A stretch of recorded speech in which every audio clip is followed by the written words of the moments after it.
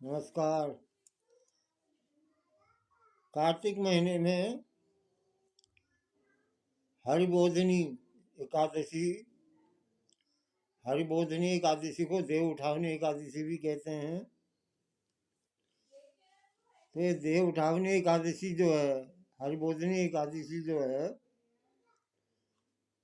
इसमें भगवान अपनी शेष सैया से जागते हैं। शेष सैया में लेटे हुए जो भगवान विष्णु हैं वो जागते हैं। और कार्तिक मास शुक्ल पक्ष की प्रबोधिनी एकादशी के व्रत का फल 1 सहस्त्र अश्वमेघ 100 राजसूय यज्ञ के फल के बराबर होता है। प्रबोधिनी एकादशी के व्रत के प्रभाव से सुमेरु पर्वत के समान कठिन पाप क्षण मात्र में ही नष्ट हो जाते हैं।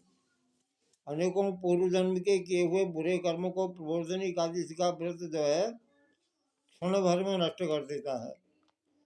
जो अपने हृदय के अंदर ऐसा ही ध्यान करते हैं कि प्रबोधिनी एकादशी का व्रत करूंगा, उसके 100 जन्मों के पाप नष्ट हो जाते हैं। बीती हुई तथा आने वाली 10 रात्रि पीढ़ियां विष्णु लोक में जाकर उसके निवास करती हैं और नरक में अनेक दुखों को भोगते हुए पितृ विष्णु लोक में जाकर सुख भोगते हैं। ब्रह्म हत्या आदि महान पाप भी प्रबोधिनी एकादशी के दिन रात्रि को जागरण करने से नष्ट हो जाते हैं। प्रबोधिनी एकादशी या देव उठावनी या हरिबोधिनी एकादशी को रात्रि का जागरण करने का फल अश्वमेघ आदि यज्ञों के फल से भी अधिक होता है। इस दिन अबूझ मुहूर्त होता है।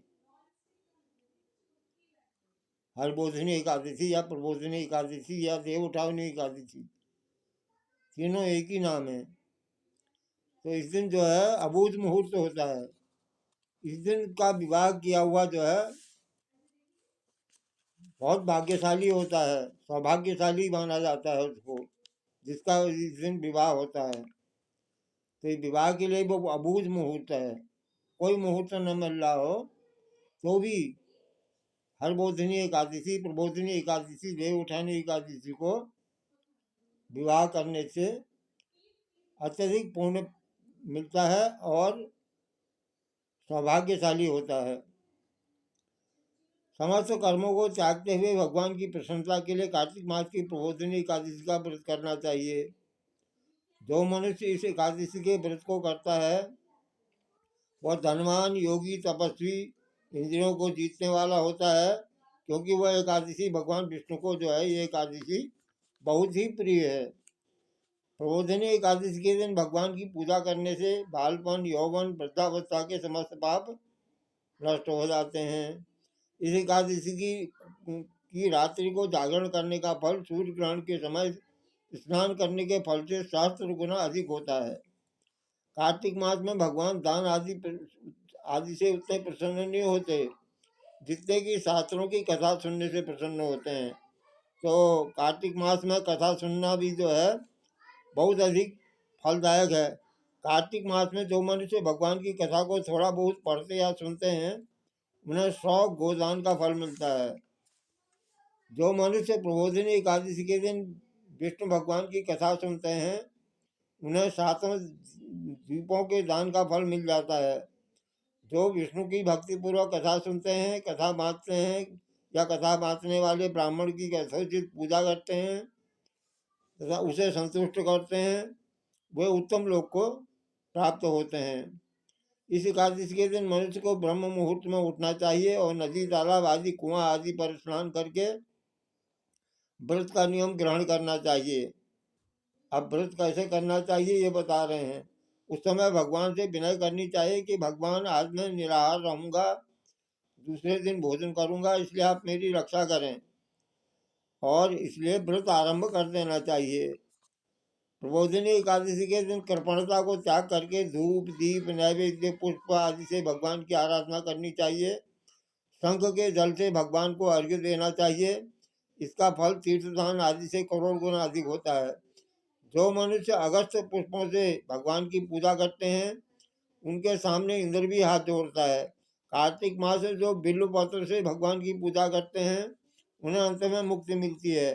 कार्तिक में जो मनुष्य तुलसी से भगवान की पूजा करता है उसके 10,000 जन्म के पाप नष्ट हो जाते हैं। जो मनुष्य इस मास में तुलसी जी के दर्शन करते हैं या छूते हैं या ध्यान करते हैं, कीर्तन करते हैं अथवा रोपण करते हैं या सेवा करते हैं, वो 1000 त्रेता युगों तक भगवान के घर में रहते हैं, हजारों युगों तक। जो मनुष्य तुलसी का पेड़ लगाते हैं उनके कुटुंबों में जो पैदा होते हैं वह प्रलय के अंत तक विष्णु लोक को प्राप्त होते हैं। जो गुलाब के पुष्प से भगवान की पूजा करते हैं उन्हें मुक्ति मिलती है। और जो मनुष्य बकुल और अशोक के फूलों से भगवान की पूजा करते हैं वह अनंत काल तक शोक से रहित होते हैं। जो मनुष्य विष्णु भगवान की सफेद और लाल कनेर से पूजा करते हैं उन पर भगवान अत्यंत प्रसन्न होते हैं। जो मनुष्य विष्णु भगवान की दूर्वा जल से पूजा करते हैं वे पूजा के फल से 100 गुना फल अधिक पाते हैं। जो भगवान की समी पत्र से पूजा करते हैं वो भयानक यमराज के मार्ग को सरलता से प्राप्त कर जाते हैं। जो मनुष्य चंपक के फूल से भगवान विष्णु की पूजा करते हैं वे आवागमन के चक्र से छूट जाते हैं। जो मनुष्य स्वर्ग का बना हुआ केतकी पुष्प, स्वर्ण का बना हुआ, सोने का बना हुआ केतकी पुष्प भगवान पर चढ़ाते हैं उनके करोड़ों जन्म के पाप नष्ट हो जाते हैं। जो मनुष्य भगवान की पीले और रक्त वर्ण कमल के सुगंधित फूलों से पूजा करते हैं उन्हें श्वेत द्वीप में स्थान मिलता है। अब जो है आपको दूसरे दिन, एकादशी के दूसरे दिन इसका उद्यापन और पारायण कैसे करना चाहिए इस बारे में थोड़ा संक्षेप में बताएंगे। रात्रि में भगवान की पूजा करके प्रातःकाल दूसरे दिन प्रातःकाल द्वादशी के दिन नदी में स्नान करना चाहिए अथवा गंगा स्नान करना चाहिए अथवा और चाहे कहीं भी हो तालाब में या सरोवर में स्नान करना चाहिए। घर आकर भगवान की पूजा करनी चाहिए। इसके बाद व्रत के लिए ब्राह्मणों को भोजन कराना चाहिए, दक्षिणा देकर मीठे वाक्यों द्वारा उनको विदा करना चाहिए। इसके उपरांत भोजन गौ दक्षिणा से गुरु की पूजा करनी चाहिए और ब्राह्मणों को भूयसी दक्षिणा दे करके नियम को छोड़ना चाहिए, पारायण करना चाहिए। ब्राह्मण को यथाशक्ति दक्षिणा देनी चाहिए। जिस ब्राह्मण को रात्रि में भोजन करावे सोने सहित बैल का दान करना चाहिए। जो मनुष्य रात्रि स्नान करते हैं उन्हें दही और शहद का दान करना चाहिए। जो मनुष्य फल की आशा करते हैं उन्हें फल का दान करना चाहिए। तेल की जगह घी और घी की जगह दूध और अन्नों में चावल का दान करना चाहिए। जो मनुष्य इस व्रत में भूमि में शयन करते हैं उन्हें सब वस्तुओं से शय्या दान करना चाहिए। जो मौन धारण करते हैं उन्हें स्वर्ण सहित तिल दान करना चाहिए।